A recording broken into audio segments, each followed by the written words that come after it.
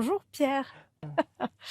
On est ici pour échanger à propos de la conférence que tu as fait au Potentiel Humain et pour revenir sur les éléments sur lesquels tu t'es appuyé sur ta conférence et les mettre au regard de choses qui nous semblent aujourd'hui pertinentes et les choses on a à l'académie à cœur de mettre en avant. Et donc, pour revenir sur ta conférence, tu as fait plein d'interviews avec tous les intervenants et on n'a pas eu l'occasion de faire une interview te concernant. Et donc, on profite de cet endroit pour pouvoir faire cette interview. Alors, la première chose, effectivement, c'est que le thème de cette édition, c'était le lien qu'il pouvait y avoir, le rapport qu'il pouvait y avoir entre la notion d'esprit, de conscience, et la santé.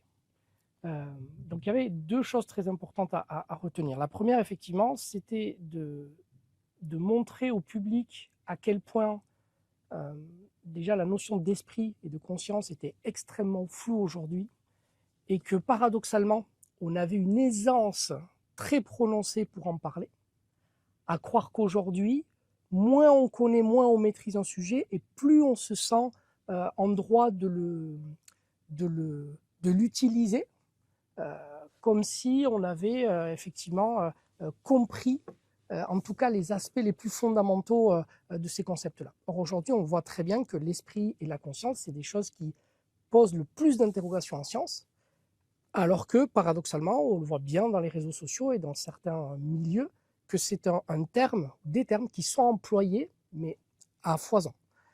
Et donc ça pose aujourd'hui un véritable problème parce que, effectivement, la façon dont et ça c'est ce qu'on a vu lors de cette conférence, c'est que la façon dont on emploie les mots vont façonner notre façon de comprendre les choses et la façon d'appréhender le monde dans lequel nous vivons.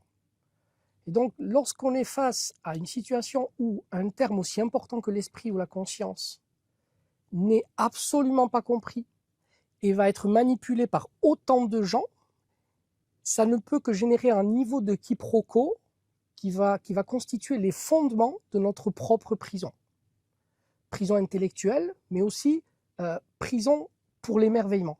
Parce que si certains ont pris un petit peu en otage ces concepts-là pour nous donner leur vision, ils ont, consciemment ou inconsciemment, généré une espèce ils ont généré un paradigme qui est très réductionniste et qui ne peut pas penser en dehors de ce concept-là. Donc l'idée, effectivement, de cette rencontre, c'était de mettre ça en avant, de mettre en garde tout le monde, et surtout, pour une raison très particulière, c'est que pour nous qui sommes intéressés par le vivant et par la santé, c'est de comprendre quelle relation il peut y avoir entre les deux. L'idée, c'était donc d'amener des regards les plus hétérogènes possibles pour pouvoir avoir des perspectives les plus poussées. Mais lors de ma conférence, l'objectif principal était, comme la plupart du temps lorsque je fais des interventions, c'est de prendre à contre-pied les tendances dans lesquelles on veut amener ces concepts-là. Et donc l'idée de cette conférence, c'est comme d'habitude de partir de faits, de constats historiques et de créer chronologiquement une évolution pour essayer de comprendre où est-ce que nous en sommes aujourd'hui, quels sont les éléments qui nous empêchent de pouvoir appréhender le plus objectivement possible ces concepts subtils et complexes que sont la conscience et l'esprit. Et ensuite, quels sont les éléments aujourd'hui, que ce soit au niveau de la science ou ailleurs, qui nous permettent d'ouvrir des portes pour pouvoir effectivement les étudier de façon, je dirais, de façon plus concrète. Et effectivement, là où la plupart des gens pouvaient s'attendre, et d'ailleurs c'est ce qui se fait majoritairement, à ce que lorsqu'on parle de l'esprit et lorsqu'on parle de la santé, d'aborder le thème du placebo, c'est-à-dire de l'effet placebo, eh bien, j'ai voulu prendre ça un petit peu à revers en expliquant quelle était ma vision personnelle par rapport à mon expérience de ce à quoi pourrait correspondre la notion de conscience et la notion d'esprit. Et donc tous ceux qui l'ont vu ont bien vu que c'était une vision qui était complètement inédite, qui m'était complètement personnelle, mais qui, à l'image du travail que l'on fait à l'académie, a cherché à faire des ponts, a cherché à relier des éléments qui, la plupart du temps, sont étudiés de façon complètement séparée par différents types de spécialistes. Et là, le fait de mettre des choses en lien m'a permis de développer un argumentaire montrant que l'une des raisons principales pour laquelle la conscience et l'esprit sont aujourd'hui des notions aussi floues pour nous, c'est probablement parce que nous sommes encore dans une approche trop réductionniste de la science et que les gens qui étudient les différents domaines, que ce soit le cerveau, que ce soit autre chose, l'étudient de façon beaucoup trop isolée. Et que ma théorie, c'est que effectivement, la conscience et l'esprit sont des propriétés émergentes qui apparaissent dans la relation. Lorsqu'on met en relation certains des aspects les plus, je dirais, les plus fondamentaux du vivant, donc que j'aborde dans le cadre de cette conférence, et qui permettent, mis bout à bout, d'avoir une autre perspective et de comprendre effectivement que non seulement la notion de conscience n'est pas le fait isolé d'un champ spécifique, que ce soit la science ou autre chose, mais surtout que ce n'est pas le fait d'un élément isolé lui-même. C'est-à-dire que ce n'est pas, par exemple, on entend de plus en plus, et c'est extrêmement juste, que le cerveau n'est pas le siège même de la conscience, d'accord, hein, parce qu'on est passé de la notion de cerveau, du cerveau récepteur au cerveau récepteur et émetteur. Eh bien, même si ça c'est vrai, on reste quand même bloqué dans un paradigme où c'est quand même dans cet aspect, dans cette dimension-là du cerveau qu'il faut trouver les solutions. Et que donc, la notion de conscience nous apparaîtra plus claire en poursuivant les recherches là-dedans et que ce n'est qu'un problème d'affinement, finalement, technique et technologique, des neurosciences par exemple, qui nous permettra de dénicher la conscience. Or, ce que j'explique, à mon sens en tout cas dans cette conférence, c'est que pour moi, ça ne passera pas par là, tout comme ça ne passera pas de façon, je dirais même opposée, en abordant des choses de façon totalement, je dirais, pas ésotérique, mais de façon totalement non objectivable ou non quantifiable et qui ne peut pas être quelque chose qui puisse être partagé dans le domaine, je dirais, scientifique. Je pense que nous avons suffisamment de données aujourd'hui pour pouvoir appréhender le concept de conscience et que la seule chose qui nous manque, c'est de mettre ce que nous savons en lien pour pouvoir extraire de cette relation des nouvelles propriétés émergentes dont sortira, à mon sens, la conscience. Donc ça, c'est le premier élément le plus important pour moi, c'était effectivement de présenter au public ma vision, ma version de ce qu'est en 2025 la conscience et la notion de l'esprit. Et je pense que c'est très important que toutes les personnes qui abordent ces thèmes-là, ou du moins qui parlent de conscience ou d'esprit, même s'ils ne sont pas en neurosciences, qu'ils soient ailleurs, fassent l'effort, à chaque fois qu'ils s'adressent à un public, de définir dans quel cadre est-ce qu'ils parlent de conscience et d'esprit. De quoi est-ce qu'ils parlent? À quoi ça correspond pour eux?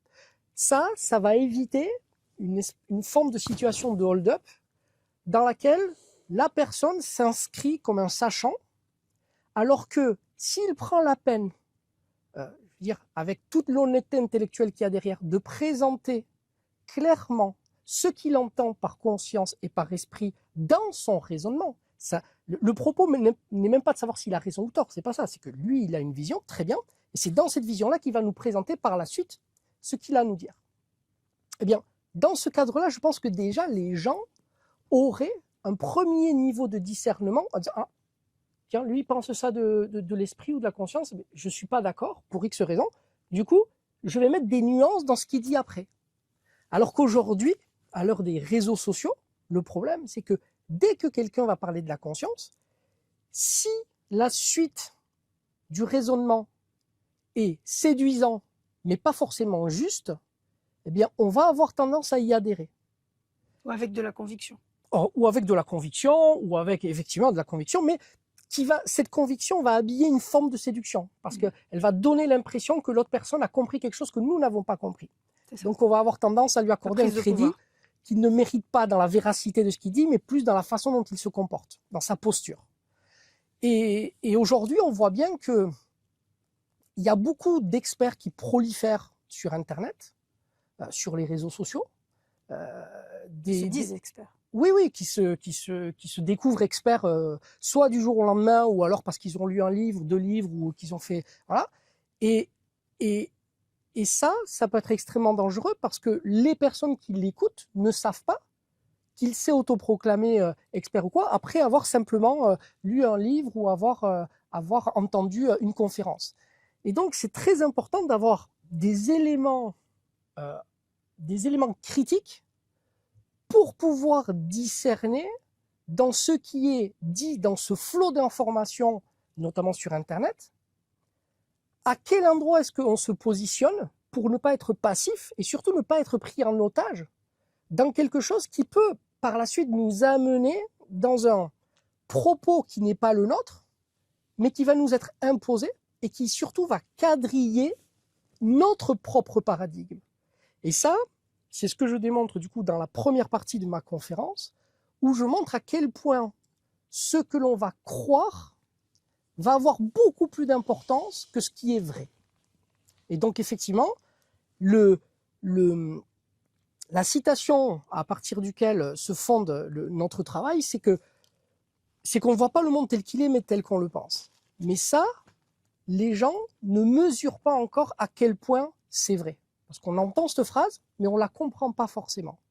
Parce que ce que l'on voit aussi dans cette conférence, c'est que le cerveau, il ne va pas croire ce qui est vrai, il va croire uniquement, enfin il va nous permettre de voir uniquement ce à quoi lui croit. Et donc, c'est finalement notre croyance, et non pas la vérité, qui va être le guide, le pilote de ce qui va pouvoir nous être accessible dans le monde dans lequel nous vivons. Et ça, c'est lié au fait que nous sommes soumis à nos sens. C'est-à-dire que nous sommes des êtres sensoriels et nous n'avons pas un accès direct au réel. Donc ça, c'est la différence que je fais entre le réel et la réalité. Et à partir du moment où nous prenons conscience que nous projetons nos idées dans la réalité et non pas dans le réel, en fait, les conséquences sont gigantesques. Elles sont énormes parce qu'elles nous responsabilisent à nouveau et on se rend compte à quel point ce que l'on pense va être déterminant par rapport à ce que nous allons projeter dans ce monde et surtout ce que nous allons pouvoir y faire. Et c'est ce simple fait-là qui fait qu'aujourd'hui, en fait, il peut exister des sectes, il peut exister des gourous, il peut exister des gens qui manipulent. C'est de ce fait-là, en fait. C'est uniquement de ce fait-là. Parce que sinon, si on voyait le monde tel qu'il est, en fait, on verrait les manipulateurs tels qu'ils sont, on verrait le mensonge tel qu'il est, et ce serait directement accessible. Et ce n'est pas le cas.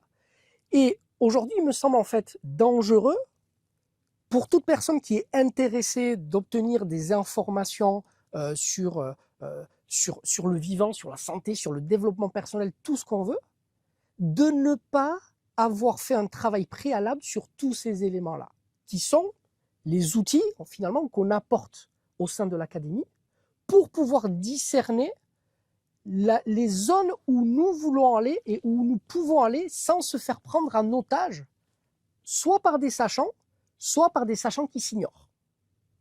Mais en tout cas, pour se préserver. L'objectif, ce n'est pas de dire telle personne, ce qu'elle dit, c'est faux. On est personne pour dire si telle personne, ce qu'elle dit est faux ou pas. Mais c'est pour relativiser ces propos parce que les conséquences qui vont être subies par la suite, si vous n'avez pas le filtre en amont, vont être catastrophiques. Parce que cette personne-là va prendre un pouvoir colossal sur vous parce que c'est elle qui va dessiner les murs de votre prison. Qui ne sont rien d'autre que sa prison initiale. Mais cette prison, il va vouloir la partager à tout le monde pour X raisons. Qui ne sont pas toujours de bonnes raisons, mais en tout cas, il va vouloir partager ça, donc il va étendre ce qu'il croit sur les réseaux, sur Internet, et du coup, ça va devenir la prison de beaucoup de gens qui ont été non pas séduits par la vérité, mais qui ont été séduits par le fait qu'il y avait peut-être une forme de faiblesse à ce moment-là, et aussi par une forme d'ignorance, par absence des outils dont je suis en train de parler là. Je crois aussi qu'il y a ce que les gens veulent croire dans le besoin qu'ils ont sur le moment, et donc les mots que vont employer ces personnes-là dans leurs convictions, et des termes, des mots qui sont souvent des mots complexes, compliqués, dont même eux n'ont pas forcément le sens. Et comme les personnes qui entendent ça se disent tiens, c'est quelqu'un qui sait, parce qu'ils entendent des mots au final. On est malheureusement dans une ère du paraître. C'est-à-dire que ce qui est, encore une fois, ce qui est cru est plus important que ce qui est vrai. Et ça, beaucoup de gens qui ont pris le pouvoir sur les réseaux l'ont compris. Et donc, ils ont bien compris qu'ils pouvaient être des coquilles vides à partir du moment où ils mettaient le paquet sur l'apparence. C'est-à-dire sur ce que les gens vont avoir l'impression qu'ils sont, sur ce que les gens vont projeter comme image sur eux. Et du coup, les gens vont, les personnes qui vont entretenir ça, vont beaucoup plus entretenir leur image, leur paraître, et très peu finalement le contenu. Il va y avoir de moins en moins de fond et de plus en plus de forme, mais dans le paraître, pour que les gens adhèrent, pour qu'il y ait une adhésion. Et à partir de là, à partir du moment où on a fait adhérer des gens à partir d'un paraître, c'est-à-dire non pas à partir des idées qui ont fait sens et qui ont fait écho véritablement, mais à partir de mise en scène, parce que les réseaux, c'est quand même ça, les réseaux sociaux aujourd'hui, ce n'est que de la mise en scène. Hein, c'est le nouveau Hollywood. Aujourd'hui, Instagram, Facebook, un peu moins, mais c'est un peu la même idée quand même. Hein, on est sur de la mise en scène, c'est Hollywood.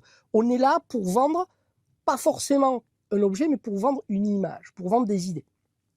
Et ça, malheureusement, c'est au détriment du fond. Et aujourd'hui, c'est pour ça que pullulent de plus en plus d'experts autoproclamés qui n'ont pas forcément de légitimité dans les éléments qu'ils abordent, en tout cas pas dans le statut qu'ils s'octroient, mais au travers de l'image qu'ils ont soignée, ils vont créer l'illusion. En fait, ces gens-là, ce sont des prestidigitateurs. C'est-à-dire qu'ils vont donner l'impression, au travers de leur apparence, on est dans le fait que l'habit fait le moine. Là, avec Instagram et avec l'ère des réseaux, l'habit fait véritablement le moine, alors qu'on sait très bien que non. Mais ces gens-là vont user de l'apparence, de ce que les gens vont projeter sur eux, pour pouvoir, du coup, après, amener le troupeau là où on veut. Donc, ça, c'est pas...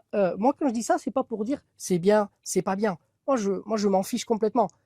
La seule chose qui m'intéresse, c'est que les gens prennent conscience de ça. Pour pouvoir, à l'échelle individuelle, se responsabiliser à nouveau et reprendre les rênes d'un développement et d'un épanouissement vraiment personnel et individuel. Or, aujourd'hui, il n'y a pas de développement personnel, comme il est dit. Le développement personnel, c'est un consensus de méthodologie, de méthodes, de recettes qu'on veut appliquer à tout le monde de la même façon, alors qu'on oublie les principes de base qui font la singularité du vivant, d'une part, mais aussi la spécificité individuelle, qui est un phénomène fondamental pour l'équilibre de l'écosystème. Donc ça, c'est quelque chose qu'on voit après nous au sein de l'académie, mais étudier l'importance de l'individu, plus l'individu, dans sa singularité, est respecté et animé, c'est-à-dire au travers de l'émerveillement, plus il va être vertueux par rapport à l'écosystème, c'est-à-dire par rapport au groupe. Mais lorsque vous créez un groupe, par exemple, quand vous avez, je ne sais pas moi, une personne qui va rassembler une centaine de fans, par exemple. Et en fait, ces centaines de fans, dans la forme, ça va être tous les mêmes. Ils vont présenter les mêmes caractéristiques. Donc il y a une uniformisation qui est liée du coup au culte d'une personne, au culte d'une personnalité qui s'est créé une image, mais non pas à l'émerveillement d'une idée ou d'une dynamique qu'aurait suscité cette personne-là. Et donc, cette uniformisation va créer un appauvrissement, un affaiblissement de l'écosystème local et donc forcément de l'écosystème global par la suite. Mais les émotions, c'est un exemple qui est assez parlant parce qu'en fait, les émotions, c'est l'un des bras de levier les plus rapides et les plus efficaces pour pouvoir amener des gens à s'enfermer avec vous dans votre prison. Tout simplement parce que lorsqu'on fait basculer les gens dans de l'émotion, ils perdent toute rationalité. C'est-à-dire qu'ils perdent toute forme de réflexion et ils sont beaucoup moins en capacité soit de percer la supercherie, soit de remettre en question ce qui est dit. Parce que remettre en question soi. Oui, mais même de remettre en question ce qui est dit. Parce que, et du coup, si l'autre dit n'importe quoi, bien en fait, on va le suivre quand même. Parce que, étant dans l'émotion, on n'a pas la capacité du discernement. Et donc, on va suivre la personne qui nous dit ça parce que nous sommes dans la peur. Et donc, dans la peur, on a le besoin principal lorsque nous avons peur. Entre parenthèses, la peur, c'est la situation de la majorité de la population actuellement. Je tiens à le préciser. C'est-à-dire que même si c'est pas la peur quand on regarde un film d'horreur, hein, c'est la peur, c'est un niveau de vigilance augmenté lié à une inquiétude qui est là de façon quotidienne sur des raisons multiples. Eh bien, une personne qui est dans cet état-là est beaucoup plus manipulable, c'est-à-dire qu'on peut l'amener beaucoup plus facilement dans la prison que l'on souhaite, tout simplement parce qu'il a besoin d'être rassuré. Donc, cette personne qui a peur, donc qui est la majorité de la population aujourd'hui, ne va pas chercher quelqu'un qui dit la vérité, il va chercher quelqu'un qui le rassure. Peu importe si c'est vrai ou pas. Et à partir du moment où on dit des choses qui rassurent, il y a un niveau d'adhérence parce que le fait de rassurer quelqu'un va entraîner par la suite un niveau de projection très très fort chez l'individu. C'est-à-dire que par exemple, moi j'ai peur dans mon quotidien, j'ai une personne qui apparaît et puis qui me dit exactement ce que je voulais entendre, qui me rassure.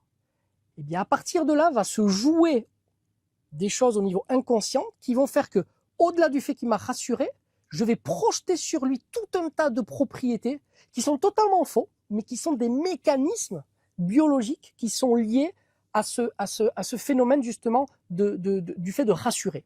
Et donc je veux dire, il m'a rassuré. Donc, s'il m'a rassuré, ça veut dire que c'est quelqu'un de confiance, quelqu'un sur qui je peux m'appuyer, quelqu'un qui représente l'exemple, et donc qui lui, je veux dire, aujourd'hui a compris des choses que moi je n'ai pas compris. Et donc même au-delà de ça, j'ai besoin de lui aujourd'hui pour être rassuré, donc j'ai besoin de lui pour comprendre des choses que je n'ai pas compris jusqu'à présent, et c'est pour ça que je me retrouve dans cette situation. Et ça, c'est inconscient. Tout cet effet boule de neige qu'il y a derrière, il est complètement inconscient. Et donc, il y a un niveau d'adhérence qui va être créé et dont il va être très difficile de ressortir. Très difficile parce qu'il va falloir trouver quelqu'un qui nous rassure tout en essayant de remettre en question les éléments faux qui ont été accumulés et qui nous ont enfermés dans la prison qui lui appartenait. Sauf que, plus on s'enfonce là-dedans, plus la remise en question est difficile. On se retrouve dans une situation de sable mouvant. Et c'est pour ça que cette prise de pouvoir aujourd'hui dans les réseaux, c'est une véritable prise d'otage. Une véritable prise d'otage avec des phénomènes comme le syndrome de Stockholm. Donc le syndrome de Stockholm, pour ceux qui ne connaissent pas, je le rappelle, on a découvert ça donc dans les grandes prises d'otages où, au bout d'un certain temps, les personnes qui sont séquestrées, qui sont prises en otage, elles commencent, par rapport à la situation qui est inédite, elles commencent à développer une forme d'empathie par rapport à leur agresseur. Et elles vont commencer à avoir de l'empathie, elles vont commencer à les défendre, elles vont commencer à leur trouver des excuses, elles vont commencer à les défendre jusqu'à ensuite les protéger. D'accord ? Donc, parce qu'il y a tout un tas de phénomènes psychologiques qui interviennent dans une prise d'otage, et donc, pour se défendre, c'est comme la notion, bon ça c'est plus connu pour les gens qui ont fait des études de psychologie, mais c'est comme la notion de dissociation. Quand vous subissez un trauma très important, très fort, c'est-à-dire qu'il va toucher les blessures les plus anciennes et les plus violentes, et surtout les plus primaires au niveau humain, et en fait il va y avoir des réactions qui n'ont absolument rien à voir avec une forme de lucidité. C'est-à-dire, on sort complètement de la réalité, le cerveau et le corps créent une nouvelle réalité dans laquelle nous n'aurions plus à être confrontés à ça. Et donc, ce syndrome de Stockholm, il vient là-dedans. C'est-à-dire que même s'il a été un agresseur, il m'a pris en otage et tout ça, donc de mauvaises intentions, il m'a dit que des choses là où il m'a dit que c'était la vérité, ben en fait c'était faux. Eh bien, pour ne pas que ce choc soit trop fort, on va préférer être dans une forme de déni et trouver des excuses à l'agresseur pour relativiser le trauma que l'on doit subir. Parce que, comme le disait, encore une fois, Mark Twain, il est beaucoup plus facile de tromper quelqu'un que de lui faire admettre qu'il a été trompé. Faire admettre à quelqu'un qu'il a été trompé, c'est probablement ce qu'il y a de plus compliqué à l'ère aujourd'hui où les gens ont peur et qu'ils ont besoin d'être rassurés. Il n'y a rien de plus déstabilisant que de se dire que on a été trompé dans tout ce qu'on a projeté sur une personne. Donc, il y a tous ces phénomènes-là qui sont des situations avérées aujourd'hui et qui touchent la majorité des gens. Et pour se préserver de ça, et encore une fois, moi quand je dis ça, je n'incombe pas ça aux personnes qui le font, parce que les personnes qui font ça, ben, elles profitent un peu du système. Et, elles savent ce qu'elles font. Ah non, mais ça, elles savent probablement ce qu'elles font, mais ce que je veux dire, c'est que mon propos, ce n'est pas de parler d'eux, parce qu'eux ne m'intéressent pas. J'en parle parce qu'ils permettent d'illustrer mon propos et d'expliquer ce qui se passe. Moi, ce qui m'intéresse, là où je mets le doigt, c'est comment est-ce qu'on peut réagir à ça et comment on peut se préserver, se protéger de ce genre de choses. Eh bien, c'est tout simplement en revenant en amont de tous les éléments qui sont liés à la relation et au savoir. Ça, donc, c'est tout ce qu'on a abordé, ce qu'on aborde effectivement dans notre travail, mais c'est ce dont on parle aussi dans cette conférence. L'importance qui doit être attribuée à la sémantique, l'importance des mots, comprendre comment est-ce que le vivant fonctionne pour créer sa réalité, parce que nous y sommes soumis. Donc, tant que vous ne connaissez pas les règles du jeu, vous les subirez. Et aujourd'hui, la raison principale pour laquelle aujourd'hui, je pense, les gens restent dans des prisons et restent malheureux, même en faisant des formations, même en étant suivis par des gens qui leur disent quoi faire, c'est tout simplement parce que le problème n'est pas là. Le problème est dans le fait qu'ils n'ont pas étudié les règles du jeu. Donc, il faut comprendre dans quel monde on vit pour ne pas subir ces règles-là. C'est comme les lois de la physique. On les étudie pour pouvoir les utiliser et non pas pour les subir. Plus on pourra étudier ces choses-là, moins on les subira, plus par la suite, chacun pourra faire des choix éclairés et non pas des choix par défaut. Et donc, seront des proies beaucoup moins faciles pour toutes les personnes qui vont user de toutes les méthodes psychologiques, tous les biais cognitifs pour pouvoir faire pour créer leur réseau ou pour créer leur propre empire. On le voit de plus en plus, on a une personne qui va rentrer à l'académie, qui justement souhaite faire le cursus pour faire le tri dans tout ce qui va être mainstream. Il y a tellement de choses aujourd'hui qu'on peut trouver, de faire le tri et de savoir exactement ce vers quoi elle peut faire ses choix et d'avoir plus de discernement par rapport à ça. Et je trouve ça intéressant qu'elle fait Sciences Po et que Sciences Po notamment était très intéressée par ce travail-là. Donc, ce qui veut dire qu'aujourd'hui, tellement on a d'informations sur les réseaux sociaux, même Sciences Po s'intéresse à ce genre de formation où justement on ramène les gens à se poser des questions et non plus suivre un troupeau. Et c'est vraiment tout l'objet de ce qu'on fait à l'académie qui, pour nous, a du sens et pour nous est important. Et je crois que c'est pour ça que on t'a mis autant de cœur. Cette conférence, d'ailleurs, elle est là pour initier, pour faire comprendre, parce qu'on va retrouver beaucoup de choses qu'on a dans la formation.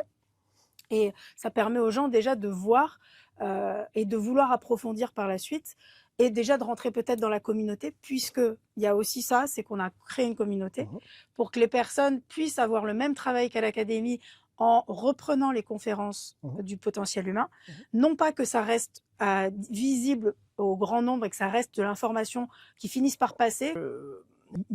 Il faut encore rappeler un élément important, parce que j'en discutais il y a encore 2-3 jours, c'est que ce projet de l'académie, il n'est pas né d'un désir de créer une formation ou de créer quelque chose qui va permettre de créer une illusion supplémentaire.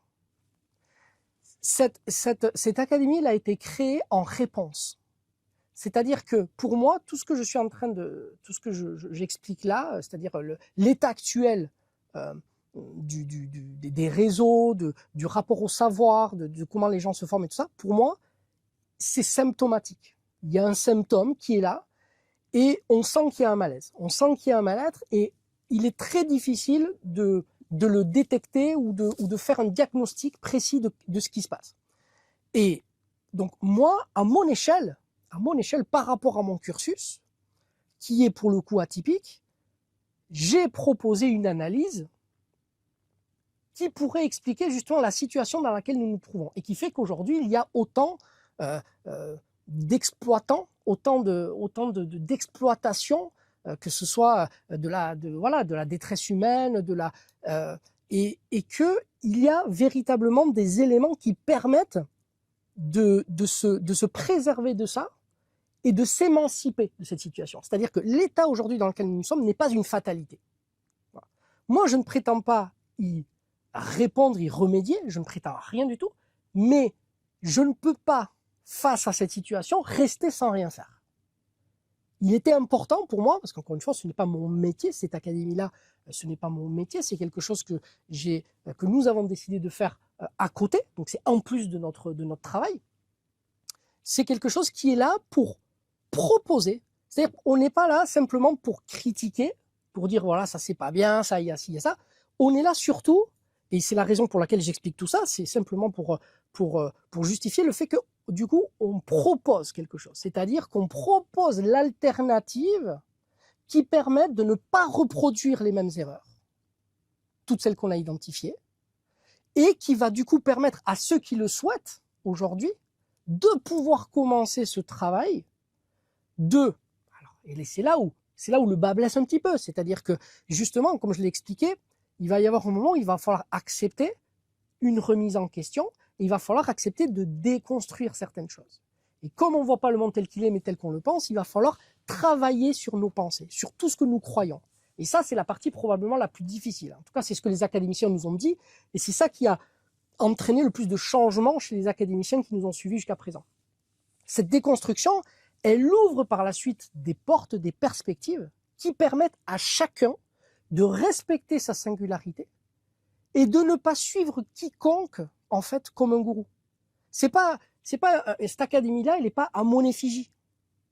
Elle n'est pas là pour que je suis pas un pasteur. On n'est pas là pour que les gens aillent dire ce que moi je pense. Et d'ailleurs, ce n'est pas ce que je pense moi qui est travaillé, qui est étudié dans cette académie.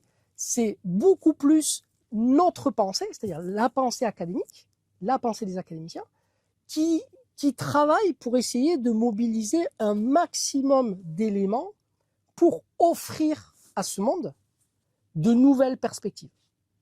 Sortir de ce carcan, sortir de ce monde où ce sont des sachants, où ce sont quelques personnes qui prennent en hold-up des concepts, qui les utilisent qui les reprennent à leur compte et qui en font leur propriété et qui ensuite leur font dire n'importe quoi. Tout ça pour ramasser encore plus de monde. Là, l'idée, ce n'est pas juste de montrer du doigt cette tendance-là. L'idée, c'est de proposer quelle est l'alternative. Et ça, c'est très important parce que sinon, nous, nos vies respectives ne nous auraient pas amenés à créer cette académie-là. Parce qu'on a déjà nos propres vies, on a nos métiers, voilà, il n'y avait pas de raison. Mais la situation était telle que il me semblait important, au moins pour ceux qui le souhaitent, de pouvoir trouver un lieu où on peut travailler concrètement sur ces choses-là et où la singularité est respectée. Donc la communauté correspond à ça, c'est-à-dire que la communauté va inviter toutes les personnes qui souhaitent justement dans la philosophie de l'académie travailler tous ensemble sur ces éléments-là et par la suite tous ceux qui le souhaitent travailler vraiment beaucoup plus en profondeur ces éléments-là. Et bien il y a l'académie qui est là pour ça. Oui, de voir la richesse, d'avoir d'autres points de vue et donc c'est là où tu parlais de l'émergence que ça peut créer, d'avoir des points de vue différents et de pouvoir faire émerger quelque chose de commun ensemble, des choses nouvelles, que ce soit pour toi, même pour toi. Tu as des académiciens qui ont fait des présentations et sur lesquelles ça t'a amené énormément. Et donc, voilà, c'est vraiment de se dire que ce travail-là, il n'est pas fait pour de la consommation, il est fait vraiment pour un travail personnel. De construction, pour que chacun se reconstruise, qu'on déconstruise tous. Mais attention, même moi, je suis à l'échelle des académiciens. Moi, je me considère au même niveau parce que ce travail avec cette famille-là qu'on a créé et qu'on est en train d'agrandir tous les jours, eh bien, ça me permet de faire un travail sur moi-même. C'est-à-dire je suis pas là, je sais tout, venez, je vais vous apprendre ce qu'il faut comprendre. Et puis, non. Moi, j'ai pris conscience de tout ça, donc je prends conscience de mes limites. Je sais qu'il y a tous ces biais cognitifs. Et même si j'ai conscience de tout ça, je sais aussi que j'en ai encore. Et donc, l'objectif pour moi, c'est de travailler sur moi au maximum sur ces choses-là. Mais pour ça, j'ai compris, par rapport à mon travail et tous les sujets que je développe au sein de l'académie, que j'ai besoin des autres, que je ne peux pas le faire tout seul. Et donc, effectivement, le travail qu'on fait faire aux académiciens et qui rend vertueux finalement, parce que moi, ce que je fais dans la formation, c'est que j'amène uniquement par rapport à mon expérience de vie, tous les sujets qui sont des sujets pour moi, les principaux sujets qui permettent en 2025 d'avoir une vision complexe et subtile du vivant, sur lesquels il faut faire des ponts, pour lesquels, si vous n'étiez pas passé par l'académie, soit vous auriez mis peut-être des années, des décennies avant de tomber là-dessus, ou soit même peut-être jamais. Moi, ce que je vous propose, c'est juste mon expérience et du coup de condenser tous ces éléments-là pour qu'on puisse tous ensemble travailler dessus. Et c'est pour ça qu'une fois que c'est fait, j'invite les académiciens, et comme ils le font très bien, à reprendre à leur charge ce travail-là pour nous faire des présentations et montrer à tout le monde que du coup, ce n'est pas ma vision.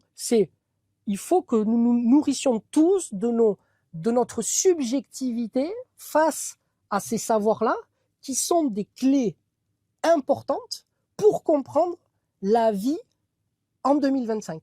Et ce n'est pas en écoutant les dires, aussi pertinentes soient-elles. D'accord ? C'est la pertinence, ça, je ne remets pas en question. Mais les dires de personnes, soit qui se proclament experts, soit qui ont effectivement une véritable légitimité dans leur domaine, ce n'est pas simplement en les écoutant que nous pourrons faire des liens. Nous avons une responsabilité face au savoir, nous avons un travail personnel, individuel à faire. Et l'académie représente le support de ce travail-là. C'est-à-dire que c'est le point d'appui. Quand vous écoutez une vidéo YouTube, prenons une personne qui est légitime dans son domaine, d'accord, qui a fait des études là-dedans, qui a une certaine légitimité. Bien. Et ça, il y en a beaucoup. Des gens très intéressants, même sur les réseaux. Vous prenez ça, mais lorsque vous avez cette information, vous vous émerveillez peut-être de ce qu'il vous dit, et vous vous dites, c'est génial. Mais le problème, c'est que vous en faites quoi de ce génial, en fait? Là, le génial, l'eureka qu'a amené la personne en vous racontant quelque chose, c'est pas la fin, c'est le début. L'eureka, c'est la porte qui s'ouvre. Mais qu'est-ce que vous faites après? Eh bien, tout simplement, dans le monde actuel, vous repartez, la vidéo est finie, donc vous repartez à vos tâches ménagères. C'est la raison pour laquelle on l'a pas mis d'ailleurs sur YouTube. Voilà. Et vous êtes isolé, et peut-être que votre mari ou votre femme ou vos amis, eux, ne s'intéressent pas du tout à ces sujets-là. Donc, l'eureka, eh bien, vous l'enfoncez au fond de vous et vous ne pouvez pas l'explorer. Ça, c'est l'alternative que propose l'académie. C'est-à-dire de proposer un endroit où tous les gens qui commencent ou qui souhaitent s'émerveiller de certains sujets, même s'ils sont isolés, c'est de pouvoir venir les travailler au sein d'une structure où justement nous allons prendre l'émerveillement, la sensibilité de tout un chacun pour essayer de faire des ponts entre toutes les différentes spécialités. Comme je le disais, au sein de notre académie, nous avons la chance d'avoir des gens qui ont des compétences bien plus importantes que moi dans des sujets que j'aborde. D'accord ? Moi, je les aborde pour familiariser les gens qui ne connaissaient pas, Mais il y a des gens, de par leur parcours, sont beaucoup plus compétents pour parler de ces sujets-là que moi. Mais c'est ça l'idée, en fait. Et du coup, ces personnes-là disent, ah oui, moi je connais ça parce que j'ai travaillé sur ça et tout ça. Bingo, tu prends ce sujet-là et tu nous fais une présentation et tu nous expliques qu'est-ce qui est important de comprendre là-dedans, comment est-ce qu'on fait le lien avec avec tout le reste et avec telle personne, par exemple, qui fait un autre métier, comment est-ce qu'on fait le lien. Donc c'est un lieu d'effervescence, d'émulation, d'échange qui permet de maintenir une certaine densité dans ce qui nous émerveille et de ne pas le tamponner, c'est-à-dire de ne pas le cloître à la fin d'une vidéo YouTube. Parce que ces vidéos YouTube ou ailleurs, elles sont, à mon sens, vertueuses que si vous en faites quelque chose. Mais sinon, ça reste du divertissement. C'est-à-dire que c'est comme quand on regarde Netflix. Ce qui est dommage. Parce que moi, je vois bien sur YouTube, il y a vraiment des gens qui apportent des choses incroyables. Mais vraiment. Parce qu'ils ont une compétence dans leur domaine. Mais il faut que justement, ces choses incroyables dont elles parlent, il faut qu'on se les réapproprie. Et qu'on essaie de se dire, OK, là on a découvert un truc incroyable. Alors, qu'est-ce que ça veut dire? Qu'est-ce que ça veut dire par rapport à tous les sujets qu'on aborde à l'académie? Quand on le met au regard des autres éléments, quelles sont les nouvelles propriétés qui émergent? Qu'est-ce qu'on comprend là-dessus? Et ça déroule. Et ça déroule. Et là, nous retrouvons tous, une véritable identité, un véritable rapport, une souveraineté dans cette quête, en fait, de découverte. Mais qui n'est pas possible si nous restons tous isolés chacun de notre côté. Or, aujourd'hui, la plupart des formations, moi en tout cas que je vois, ce sont des formations qui se disent spécialistes. Mmh. C'est-à-dire, soit qui vont avoir, je suis désolé, mais qui vont avoir la prétention de vous donner toutes les vérités sur une spécialité, alors que eux, même s'ils ont compris certaines choses, ils n'ont probablement pas tout découvert, ce qui paraît quand même assez raisonnable. Donc, ils vont vous présenter une vision isolée. Ça ne veut pas dire qu'elle n'est pas vraie, leur vision. C'est juste que ça va être une vision qui, étant spécialisée, va être réductionniste. Elle va être valable que dans leur vision, c'est-à-dire dans le paradigme dans lequel ils l'ont étudié. Ok, mais ça c'est intéressant. Mais c'est intéressant si vous extrayez ce qu'il dit, pas en dehors de son paradigme. Par exemple, cette personne, elle a dit ça, c'est un grand spécialiste, expert numéro 1, ce que vous voulez. Ok, prenons ce qu'il dit, sortons-le de son paradigme. Mettons-le face à la contrainte de ce qu'on a découvert, par exemple, en biologie. En biologie, on a fait des nouvelles découvertes. Ce qu'il a dit, qu'est-ce que ça implique? Est-ce que ça dit la même chose? Est-ce que ça s'oppose? Et ça, c'est un travail qu'on ne fait pas. Et ça, c'est le travail le plus important. Le plus important. Parce que quand quelqu'un vous dit quelque chose, le plus important, c'est pas ce que vous croyez avoir compris de ce qu'il dit, c'est les implications de ce qu'il dit. C'est-à-dire prendre ce petit détail que lui croit dur comme fer, qui est probablement vrai dans son paradigme, mais nous, dans notre vie à nous, qui n'est pas le même que le sien, qu'est-ce que ça veut dire? Quand je le mets dans mon processeur à moi, est-ce qu'il y a les mêmes résultats qui sortent? Et ça, c'est jamais fait. C'est-à-dire qu'on prend pour acquis les résultats de cette personne dans ce monde-là pour le nôtre. Et donc, on s'attend, en faisant la même chose que lui, c'est-à-dire qu'en ressemblant à ces experts, obtenir les mêmes résultats pour nous. En gros, avoir la même vie qu'eux. En tout cas, la vie qu'il nous vend. Et ça, pour moi, c'est le côté pervers de tout ce dont on parlait au tout début de cet échange. Et donc, pour se préserver de ça, il est vraiment important de comprendre quels sont les processus dans l'apprentissage. Et donc, que ce rapport au savoir doit s'appuyer, doit se développer par la suite, par une acquisition personnelle et par une mise en perspective par rapport à ses propres paradigmes et de les confronter à ses propres croyances et de voir ce qui émerge de ça. Mais ça, c'est un travail qui, à mon sens, n'est absolument pas fait. Parce qu'une fois que le spécialiste a donné les résultats de son domaine de compétences, les gens sont laissés à l'abandon. Débrouillez-vous. Moi, j'ai ma vérité, je vous l'ai transmise, maintenant vous vous débrouillez. Alors que c'est le début. Le plus important, il reste à faire. Et donc, ce travail qui est le plus important, c'est exactement ce que propose l'académie et c'est la raison de l'existence de cette académie. Il y a au début de sa conférence, Philippe Bobola a dit quelque chose qui, moi, m'a marqué et qui fait sens. Il a donné la définition, en fait, de l'intelligence. Et donc, il a donné son sens étymologique, donc ce qui est interligéré, Ouais, et donc de savoir faire du lien. Et c'est ça que l'intelligence, bien sûr, ce qui est réellement bien sûr. l'intelligence, et non pas une accumulation de savoir, mais de savoir faire de ces savoirs des liens et de savoir les mettre au regard pour comprendre. Et c'est vrai que plus moi j'avance, je vais donner mon témoignage, Ouais. plus j'avance à chaque fois pour même des choses qui peuvent paraître bénignes ou Eh oui, simples, et ça fait du lien et ça fait du sens avec beaucoup de choses qu'on a appris. Et je trouve ça incroyable parce que c'est vraiment, ça me touche, puisque effectivement l'intelligence ne se jauge pas sur des diplômes et des certifications, mais réellement de ce qu'on peut en faire et de la manière dont on va en faire du lien et du sens. exactement. C'est l'objectif principal de cette académie, c'est-à-dire d'étudier les outils et les éléments qui permettent de créer du lien. Parce que, bon, pour ceux qui me connaissent, vous savez que moi, mon objectif, c'est véritablement d'amener, de moderniser les concepts de base de toute la physiologie moderne, hein, qui était partie de l'homéostasie, mais qui aujourd'hui devrait être renommée homéorésie, que la majorité ne connaissent pas. C'est un terme c'est un néologisme que personne ne connaît, et c'est pour ça que je souhaite en parler. Mais l'essence même de cette homéorésie, justement, c'est dans l'histoire des sciences, la compréhension que nous avons eue de l'importance du lien. C'est-à-dire que l'on a compris dans l'histoire des sciences que nous avions fait fausse route. On a cru pendant un certain moment que ce qui était important, c'était d'accumuler du savoir. Que plus on allait apprendre de choses, plus on allait accumuler de données, et plus on allait pouvoir comprendre les choses. Mais comme disait René Thom, prédire, ce n'est pas expliquer.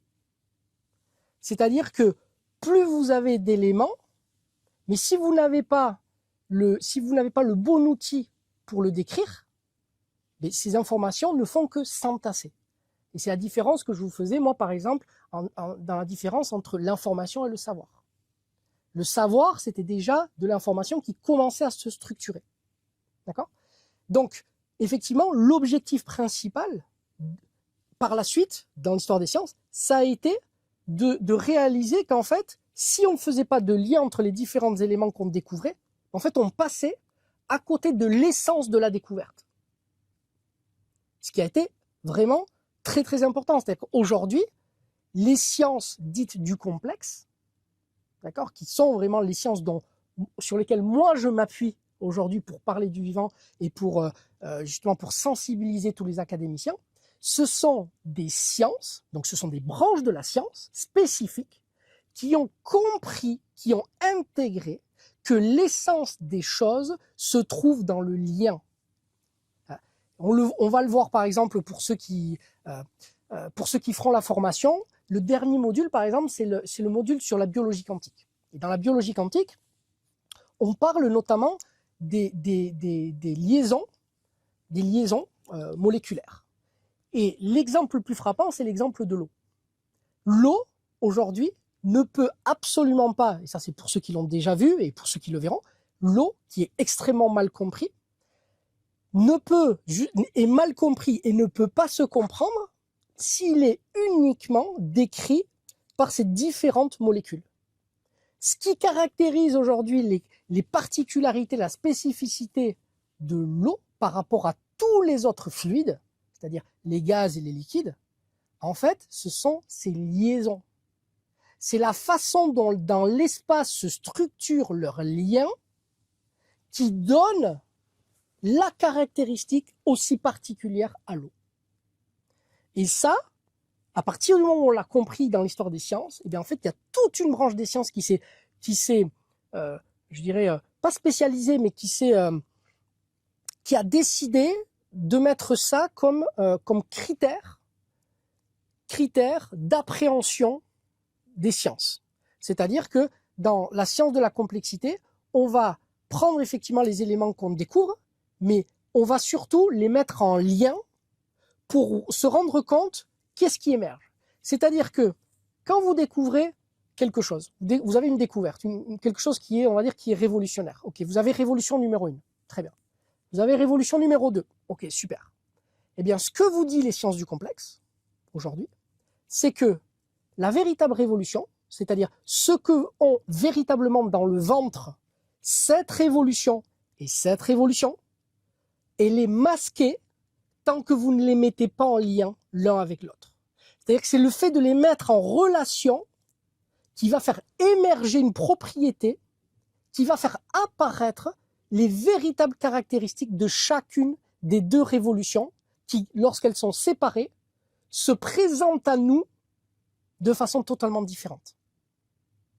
Donc cette science du complexe, c'est vraiment le point d'entrée de tout ce qui est enseigné, tout ce qui est transmis au sein de l'académie, parce qu'elle représente en 2025 la science qui appréhende le mieux la complexité de notre univers et qui nous permet, contrairement à toutes les autres sciences totalement linéaires, de faire un pont, de faire un lien entre les sciences et le vivant. Parce que s'il y a autant de décalage aujourd'hui et qu'on n'arrive pas à intégrer dans le vivant toutes les révolutions scientifiques qui ont eu lieu au XXe siècle, c'est parce que ces liens-là n'ont pas été faits. Et que ces révolutions sont étudiées uniquement par des gens qui sont des spécialistes, qui s'enferment dans leur coin et qui ne veulent pas apprendre le reste. Et ce n'est qu'au moment où, lorsque des gens qui ont suffisamment de motivation décident en fait d'étudier toutes ces révolutions et qui décident du coup de faire des liens, que commencent à apparaître tous les phénomènes liés au vivant. Et c'est comme ça que la biologie quantique, donc qui correspond vraiment au chapitre final, a pu apparaître. C'est parce que des gens ont décidé de tout étudier et de faire des ponts. Et c'est pour ça qu'aujourd'hui, la biologie quantique a autant de mal à émerger, à sortir des laboratoires, non pas parce qu'elle n'est pas suffisamment révolutionnaire, parce que, comme on l'a vu nous dans notre formation, ce qu'elle propose est juste, voilà, c'est véritablement incroyable, mais c'est parce que dans notre façon d'étudier et de travailler les sciences, aujourd'hui, en fait, nous ne sommes pas prêts. Et la majorité des gens n'ont pas encore fait l'effort d'accepter qu'il fallait étudier la physique quantique, qu'il fallait étudier aussi la relativité générale. Parce que la physique quantique, c'est uniquement pour ceux qui étudient l'infiniment petit, les atomes, et la relativité, c'est pour les astronomes. Mais ces deux champs-là, c'est extrêmement rare qu'ils parlent entre eux, parce qu'ils sont chacun dans leur domaine de compétences. Alors que, on l'a vu ensemble dans le cours qu'on a fait, dès qu'on commence à faire des ponts, dès qu'on commence à essayer de faire discuter la relativité avec la physique quantique, apparaissent des nouvelles propriétés que nous n'avions pas vues lorsqu'on étudie la physique quantique seule ou la relativité seule. Et c'est cet aspect-là qui permet de soulever le couvercle, justement, de tous les éléments du vivant qu'on n'a pas pu aborder, qu'on n'a pas pu découvrir jusqu'à présent. Et tant qu'on ne fera pas cet effort-là, eh bien en fait on restera dans cette fameuse prison dorée dont on parlait, où on tournera en rond. D'ailleurs, on le voit bien, hein, dans l'histoire des sciences, là, dans ces 50 dernières années, c'est quand même fou. Ces 50 dernières années, il n'y a quasiment pas eu de révolution. Il n'y a rien. Même que ce soit en neurosciences, hein, dont on parle beaucoup, il n'y a pas de révolution. Comment vous expliquez qu'en 2025, une branche aussi importante de la science, que sont les neurosciences, n'ont pas connu de révolution? Et ça, c'est des questions qu'il faut se poser. C'est des questions qu'il faut se poser. Et donc, moi, je vous invite à vous les poser donc, au sein de la communauté, dans un premier temps, pour ceux qui souhaitent se familiariser un petit peu avec la philosophie et cette démarche de l'académie, et ensuite, tout simplement, de nous rejoindre pour pouvoir obtenir tous les outils sur lesquels nous allons nous appuyer pour faire ce travail tous ensemble. C'est la raison pour laquelle on a invité ces personnalités au potentiel humain. Et c'est la raison pour laquelle on veut travailler là-dessus, puisqu'on s'est bien rendu compte, et je vous invite à venir à la communauté pour voir les conférences, les points de vue qui sont complètement différents, leurs parcours qui sont complètement différents. Et c'est vrai qu'on remarque, Philippe Bobola, parcours qui est quand même multiple, c'est-à-dire qu'il a plusieurs casquettes, ce qui lui permet d'avoir quand même il a une vision beaucoup plus large. Voilà. Et mais donc l'intérêt en fait de revoir ces vidéos va permettre à chacun de pouvoir retravailler et travailler sur ce qui a été dit, de faire des liens, parce qu'on se rend compte aussi que sur la table ronde qu'il y a eu à la fin, il y a des désaccords, il y a surtout des points de vue qui sont complètement différents. Et c'était là où c'était d'une grande richesse, puisque effectivement, on a essayé de faire le lien, de pouvoir présenter aux gens qu'effectivement, c'était des regards différents et qu'ils n'avaient vraiment pas la même perception. Et il devient fondamental et important aujourd'hui de relier les choses. Et c'est la raison pour laquelle on va faire un travail par la suite, où on veut faire des séries d'interviews. Donc en rejoignant la communauté, ça vous permettra aussi d'aller plus loin. Oui, alors là, il y a deux choses. C'est-à-dire effectivement, pour expliquer un petit peu dans quel esprit est-ce que le choix des intervenants a été fait, c'est effectivement dans le prolongement de la philosophie de l'académie. C'est-à-dire, c'était aussi pour montrer aux gens qui souhaitent rejoindre la communauté et ensuite l'académie, quelle est notre philosophie, quelle est notre démarche. Et cette démarche, elle est, à l'image de ce que je viens de vous expliquer, le fait, d'une part, d'inviter des gens qui ont une légitimité dans leur domaine, c'est-à-dire qui ont, pendant des années, et si ce n'est des décennies, consacré leur vie à l'étude des éléments dont ils parlent. Donc, ça ne veut pas dire qu'ils ont raison, mais ça veut dire qu'ils ont un recul pour pouvoir exprimer un avis sur lequel on peut accorder une certaine forme d'importance. D'accord ? Il y a un recul, il y a une expérience qui est là. Et la deuxième chose, c'est l'hétérogénéité des idées. C'est-à-dire qu'effectivement, ce qu'on souhaite mettre en avant au sein de l'académie, c'est d'arrêter cette course à la vérité et cette course qui a raison et qui a tort. Parce que ça encore, c'est une diversion du monde moderne consumériste, le fait de penser que les choses sont complètement manichéennes avec des choses qui sont totalement vraies ou totalement fausses, des gens qui ont raison et des gens qui ont tort, des gens qui savent et des gens qui ignorent. C'est beaucoup, beaucoup, beaucoup plus subtil que ça. Et je souhaitais le démontrer lors de cet événement. Et donc, tout simplement, les amener à traiter de sujets dont ça a été quand même leur vie de travailler dessus, de les questionner sur ces sujets-là, et de se rendre compte pour le public que même pour des gens aussi expérimentés, eh bien en fait, il n'y avait pas de consensus. Ils n'étaient pas d'accord. Et alors, certaines personnes vous diront « Ah, ils sont pas d'accord, alors du coup, il faut que je prenne parti. » Il y en a un qui a raison, l'autre... Et justement pas. C'est là où on veut vraiment insister, c'est-à-dire que la magie opère véritablement lorsqu'on a des personnes qui, ayant eu suffisamment d'expérience, peuvent présenter des propos différents pour nous donner des bases sur lesquelles nous pouvons nous appuyer pour essayer de comprendre pourquoi est-ce qu'il y a cette différence de vision. Qu'est-ce qui dans leurs propos fait qu'ils ne voient pas les choses de la même façon. Et ça, c'est un véritable cadeau, parce que de par leur expérience, ils ont déjà beaucoup, beaucoup cheminé, et nous, on peut commencer le cheminement à partir de là, à partir de leur expérience, au lieu d'avoir à tout commencer, c'est-à-dire à faire les études qu'ils ont faites et compagnie. Donc, on arrive en fait au résultat de ce que eux comprennent et de la façon dont ils voient les choses aujourd'hui. On voit que personne n'est d'accord, et c'est tant mieux, parce que tant qu'on ne sera pas d'accord, ça montre qu'il y a un esprit critique et que on ne s'enferme pas dans une espèce de choses très consensuelles où tout le monde dit oui et amen à tout le monde et tout le monde est d'accord. Non, non, on n'est pas là pour dire aux gens ce qu'ils veulent entendre, on n'est pas là pour se caresser dans le sens du poil, on est là pour s'émerveiller, mais aussi pour réfléchir, pour essayer de remettre systématiquement en question nos certitudes. Et s'il y a des gens qui peuvent se prétendre avoir une certaine forme de certitude, ce sont bien ces gens-là, parce qu'ils ont beaucoup travaillé dans ces domaines-là. Donc, je trouvais que c'était un parfait socle de départ pour se dire, attendez, les gens les plus légitimes pour être sûrs d'eux, en fait, on se rend compte qu'ils ne sont pas d'accord. Donc, imaginez-vous, nous, à notre niveau, l'arrogance qu'on pourrait avoir à croire avec certitude quelque chose, alors qu'en ayant passé des années, voire des décennies sur un sujet, et ils sont eux-mêmes pas d'accord, c'est que ça nous met en perspective la dynamique et le rapport qu'il faut entretenir avec le savoir et les croyances.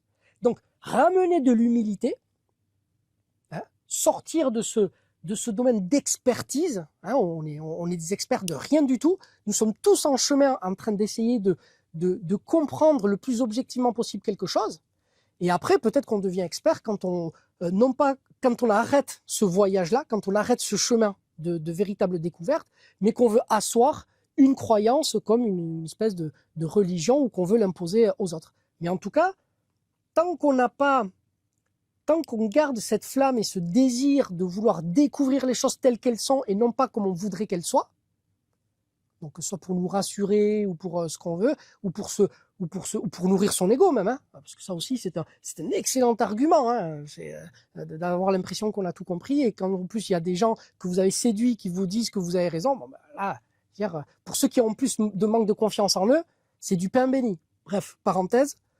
En tout cas, cette démonstration pour moi elle était très importante parce que ça nous remet, nous tous, que ce soit académiciens, ceux qui nous rejoindront ou même les autres, ça nous remet à notre juste place. Et à notre juste place, c'est pas la place non, c'est justement la place où on va pouvoir le plus s'exprimer. Là où on va pouvoir découvrir et vivre le plus d'aventures. Mais il faut prendre conscience de la situation dans laquelle nous nous trouvons. Et donc de penser qu'il y a un consensus chez les spécialistes et chez... Pas du tout. Pas du tout. Donc il est d'autant plus important que nous, individuellement, non spécialistes et encore moins experts, nous fassions l'effort de décortiquer ce que nous croyons savoir des choses en 2025 pour pouvoir avancer pas à pas, mais avec un pas sûr. On ne fait pas des grands écarts, on ne court pas, on fait des petits pas, mais on fait des pas qui sont sûrs. On ne marche pas sur du sable.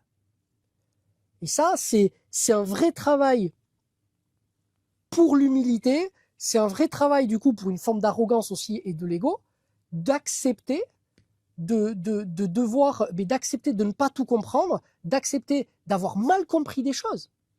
Ça aussi, d'accepter que quelque chose que vous avez cru pendant X années et que même à un moment donné, vous avez eu l'arrogance de vous présenter en tant qu'expert et que vous vous êtes enfermé du coup dans cette tour auprès des autres et que finalement, vous avez des éléments qui viennent là et qui vous disent que vous vous êtes peut-être trompé. Il faut avoir l'humilité, en fait, et le courage d'accepter, de se dire qu'on s'est trompé et de remettre les choses à jour, ne serait-ce que par respect pour les gens qui vous suivent. Et bien ça, c'est un travail qui est à la portée de tout le monde et qui, je pense, est aujourd'hui quelque chose qui est nécessaire si nous voulons que notre rapport au savoir reste vertueux.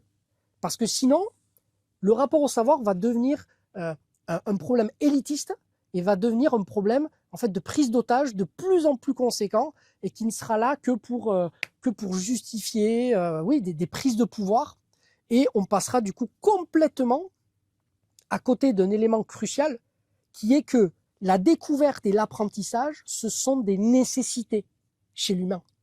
C'est pas un hobby. On n'apprend pas et on ne s'émerveille pas et on ne découvre pas des choses parce qu'on n'a rien d'autre à faire. C'est un besoin aussi vital que le fait de boire, de manger, de dormir ou de se reproduire. Nous sommes des êtres qui ont besoin d'être émerveillés. On a besoin de découvrir des choses, on a besoin d'apprendre et d'être émerveillés. C'est comme ça que je pense, en tout cas, nous incarnons le mieux notre espèce et que nous pouvons produire, ou pas produire dans le sens de fabriquer ou de construire toujours plus de choses, mais je veux dire, d'avoir un impact dans ce monde à la hauteur de ce qui nous anime véritablement. on invite les personnes à nous rejoindre dans la communauté pour démarrer ce travail et pouvoir avoir accès à ces conférences et de revenir dessus. Mais aussi, donc, par la suite, tout le travail qu'on veut mettre en place. Donc, si tu peux un petit peu nous en dire plus sur la série d'interviews que tu aimerais faire, même sans trop dire de choses, mais juste un petit peu expliquer que c'est assez surprenant parce que les personnes qu'on va aller voir, ce sont des personnes qui sont vraiment d'univers et de milieux complètement différents. Alors, il y a deux choses, parce qu'effectivement, il y aura aussi des surprises. Il y aura aussi des surprises, et j'aime bien garder, moi, l'effet de surprise. En tout cas, ce qui est certain, c'est que pour appliquer tout ce qu'on vient de dire là, l'idée, ça va être de poursuivre ce que nous avons déjà commencé, à savoir d'aller interviewer des personnes qui ont de véritables compétences, une véritable légitimité dans leur parcours, et qui vont nous permettre, dans ces échanges, dans ces interviews, d'aller poser des questions qui vont nous permettre d'alimenter tout ce que nous venons de dire là et de donner des éléments concrets pour toute la communauté. C'est-à-dire que lorsque je vais faire ces interviews-là, je vais poser des questions très particulières à des gens très particuliers, avec un bagage très particulier, qui permettra d'illustrer les propos que l'on voudra traiter et qui permettra à chacun des personnes de la communauté et de l'académie d'alimenter encore plus cette vision holistique, globale des concepts les plus fondamentaux et de sortir de cet aspect réductionniste dans lequel on étudie encore aujourd'hui les sujets les plus, les plus importants. L'un des exemples les plus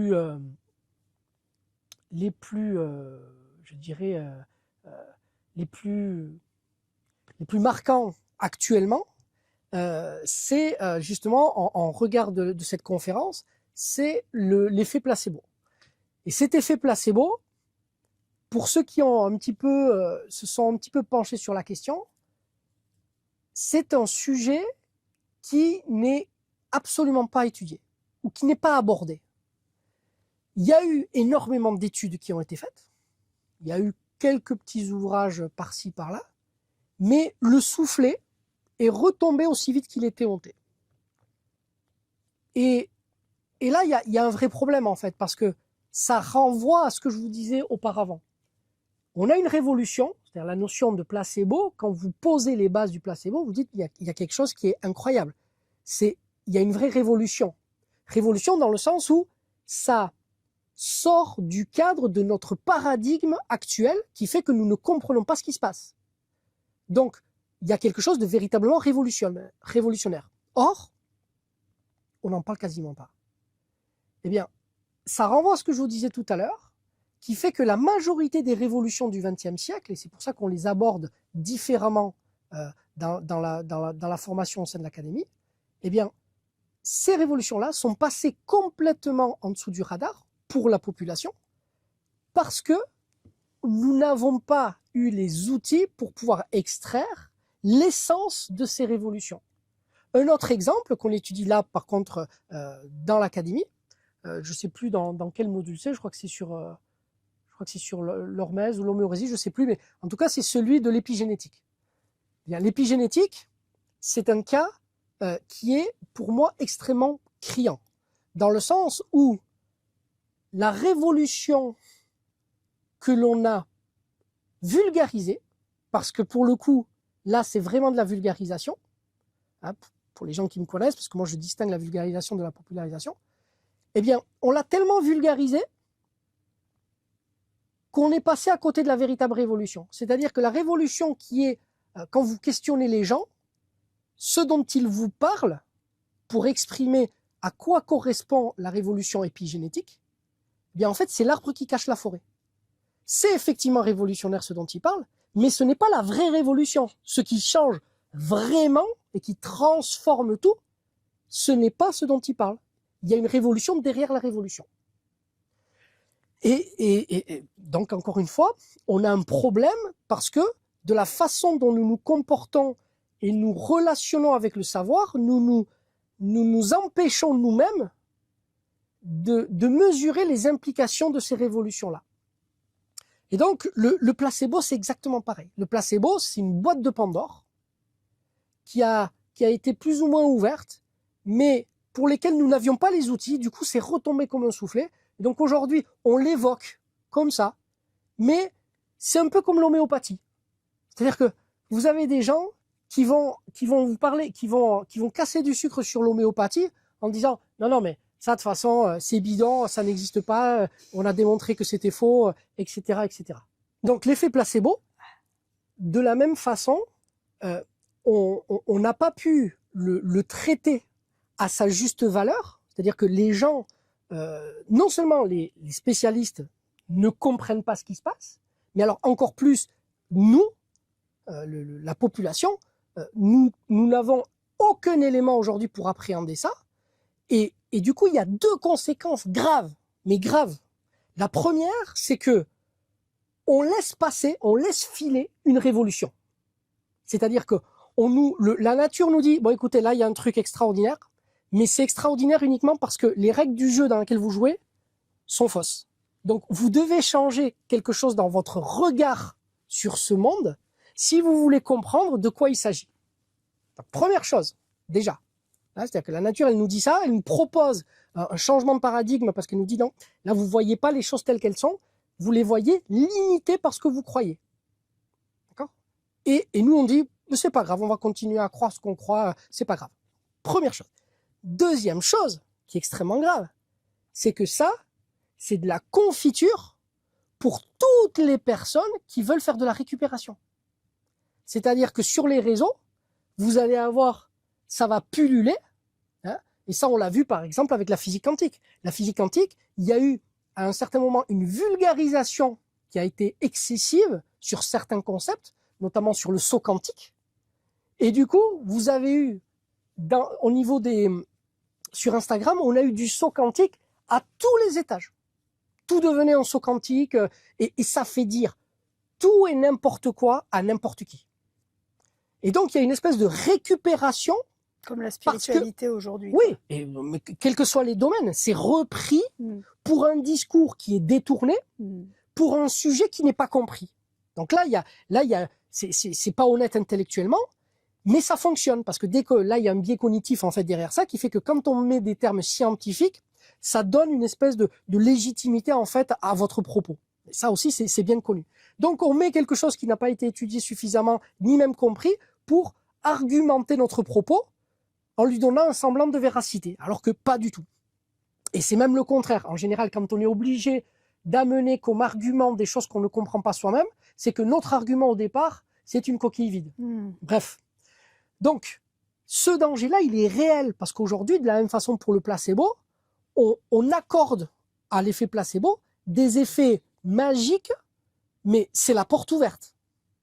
C'est-à-dire, c'est à qui veut, parce qu'on n'a pas d'éléments pour objectiver et qu'on n'a pas d'éléments pour dire ça c'est juste et ça c'est pas juste. Et donc, c'est là où on crée notre magnifique prison dorée, parce que on crée un paradigme dans lequel on s'enferme. Et comme je vous rappelle que notre cerveau ne voit pas les choses en fonction de ce qu'elles sont, mais en fonction de ce qu'il croit, et bien en fait, on s'enferme dans la... Donc si une personne nous a dit quelque chose qui nous séduisait mais qui n'était pas vrai, eh bien on s'enferme sans s'en rendre compte dans ce monde-là. Et du coup, d'autres choses qui sont vraies, mais qui sont en dehors de ce paradigme-là, nous devenons aveugles par rapport à ces éléments-là. Nous ne pouvons plus les voir. Et ces mécanismes-là dont je vous parle, comme le fait de devenir aveugle, que j'explique au début de ma conférence, c'est des choses que tout le monde doit savoir. Parce que ça conditionne notre relation au monde entier. Et donc notre façon d'agir et notre façon de prendre des décisions dans la vie. Mais si vous ne savez pas que vous pouvez être manipulé et qu'il faut absolument à un certain moment apprendre à penser contre son cerveau, eh bien en fait, vous serez la proie la plus facile à attraper pour la quantité de gens qui manipulent en fait ces éléments-là. Donc c'est la raison pour laquelle on va aussi faire les... Donc raison pour laquelle nous allons aussi faire un travail notamment sur cet effet placebo, qui est un sujet moi qui me tient vraiment à cœur, parce qu'il va toucher énormément de branches de la science et ça va être l'occasion du coup à nous au sein de l'académie et au sein de la communauté de faire de travailler et de faire des ponts. Ah tiens, moi j'ai lu un article là qui parle de ça, tiens on peut mettre ça. Ah tiens, moi j'ai vu ça dans mon métier, ils m'ont parlé d'un truc comme ça qui fait ça. Et tout le monde se met en réseau. Et là, on fait émerger des aspects d'une révolution que la société a mis de côté pour essayer, nous, de faire le travail qui aurait dû être fait pour pouvoir faire avancer les choses à notre humble échelle. Mais au moins, proposer aux gens un endroit où on peut travailler sur ces choses-là et respecter un petit peu la richesse de la complexité que nous propose la nature.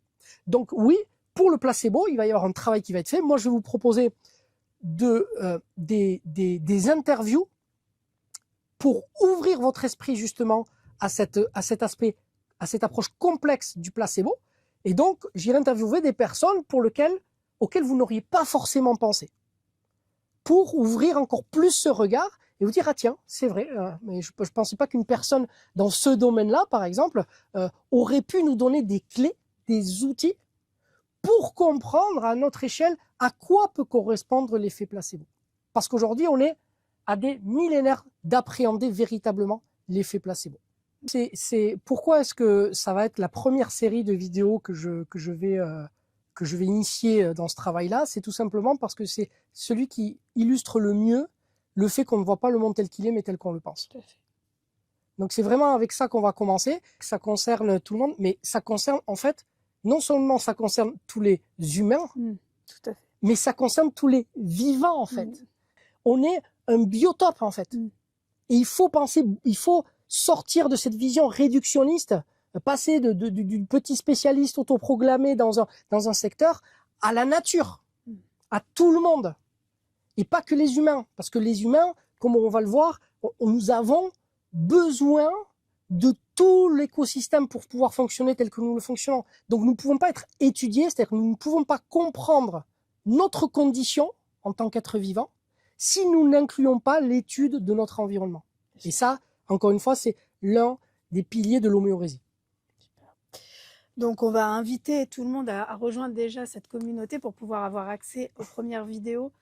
Alors l'idée est là, c'est-à-dire effectivement, on va inviter les gens à rejoindre la communauté parce que plus il y aura de personnes qui viendront alimenter cette communauté, plus ce sera justifié pour nous d'alimenter ce travail-là. C'est-à-dire que plus il y aura de gens, plus moi j'aurai envie d'aller interviewer des gens et plus on aura envie d'amener de contenu au sein de cette communauté. Parce que comme on l'avait dit, nous on n'a pas fait ce projet-là n'est pas notre projet de plein temps. Donc c'est un projet qui va nous prendre du temps parce que c'est important pour nous et on a envie de le faire.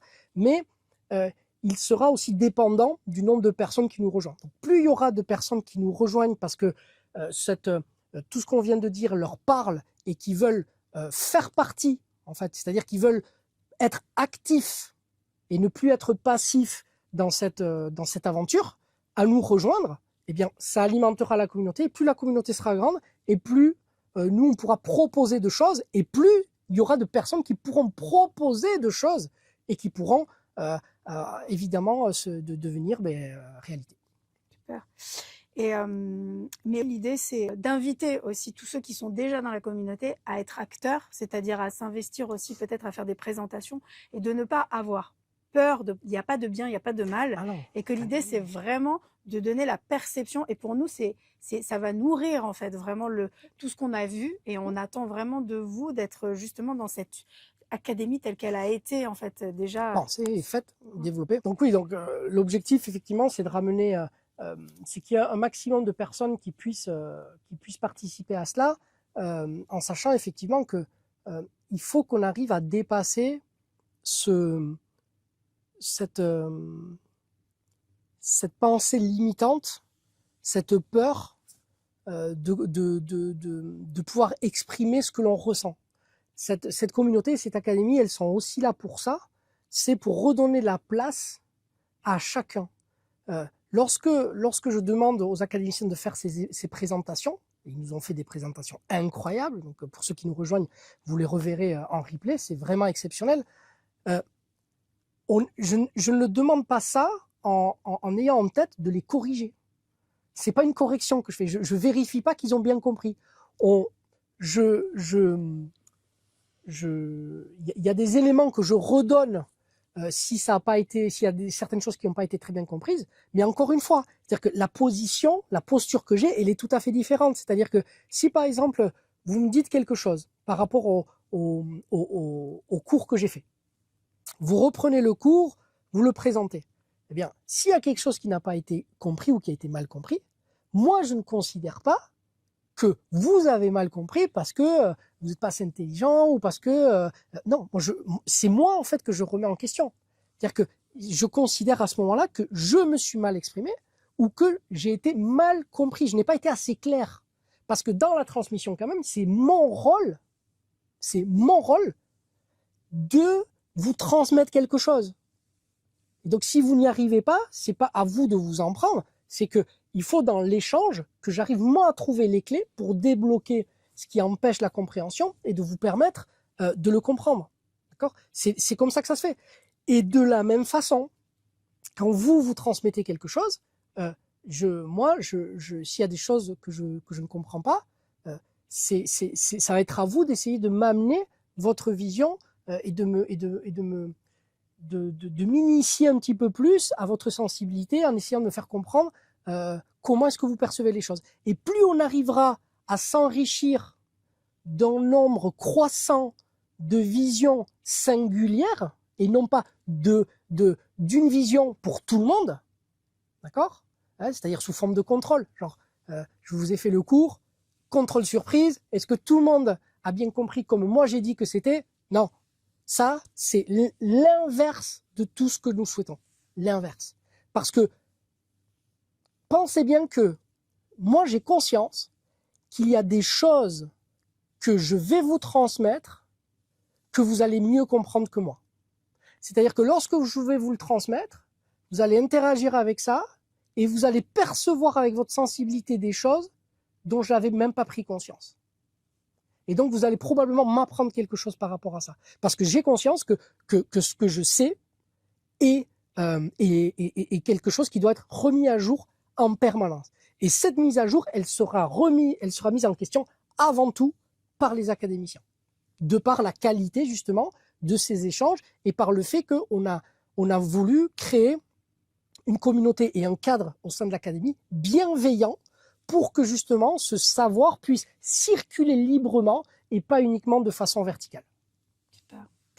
Merci Pierre. Et donc à très vite. On se retrouve le 23 juillet pour un webinaire où il y aura Jean-Philippe qui va nous présenter sa vision de ta conférence. Ouais. Le prochain après s'ouvrira donc la conférence de Philippe Bobola juste en suivant en fait ce webinaire. Pierre, merci. Merci à toi, Camille. Et puis on se retrouve vite. À très vite. Merci, belle journée. Merci.